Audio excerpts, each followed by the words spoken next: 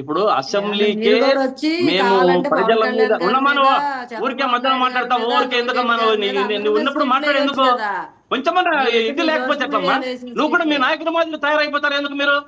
కొంచెం ఉండండి, విఘ్నతగా ప్రవర్తించండి. మీరు మాట్లాడేటప్పుడు నోరు ఇచ్చామా తెలుసుకోవాలి కొంచెమన్నా.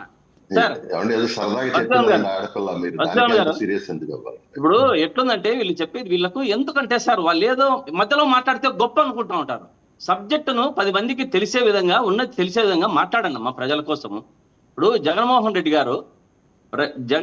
రెడ్డి గారు అసెంబ్లీకి ఎందుకు రాలేదనుకుంటున్నారు?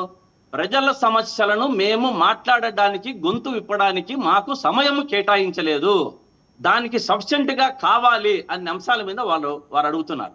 అటువంటి దానికే ప్రజల అంశాలను మాట్లాడుకోవడానికే రాలేని వారు ఇప్పుడు మనము సంతోషపడడానికి వాళ్ళ స్క్రిప్ట్ల మీద వారి మీద వేయడానికి రాదు సార్. మా వాళ్ళు వైసీపీ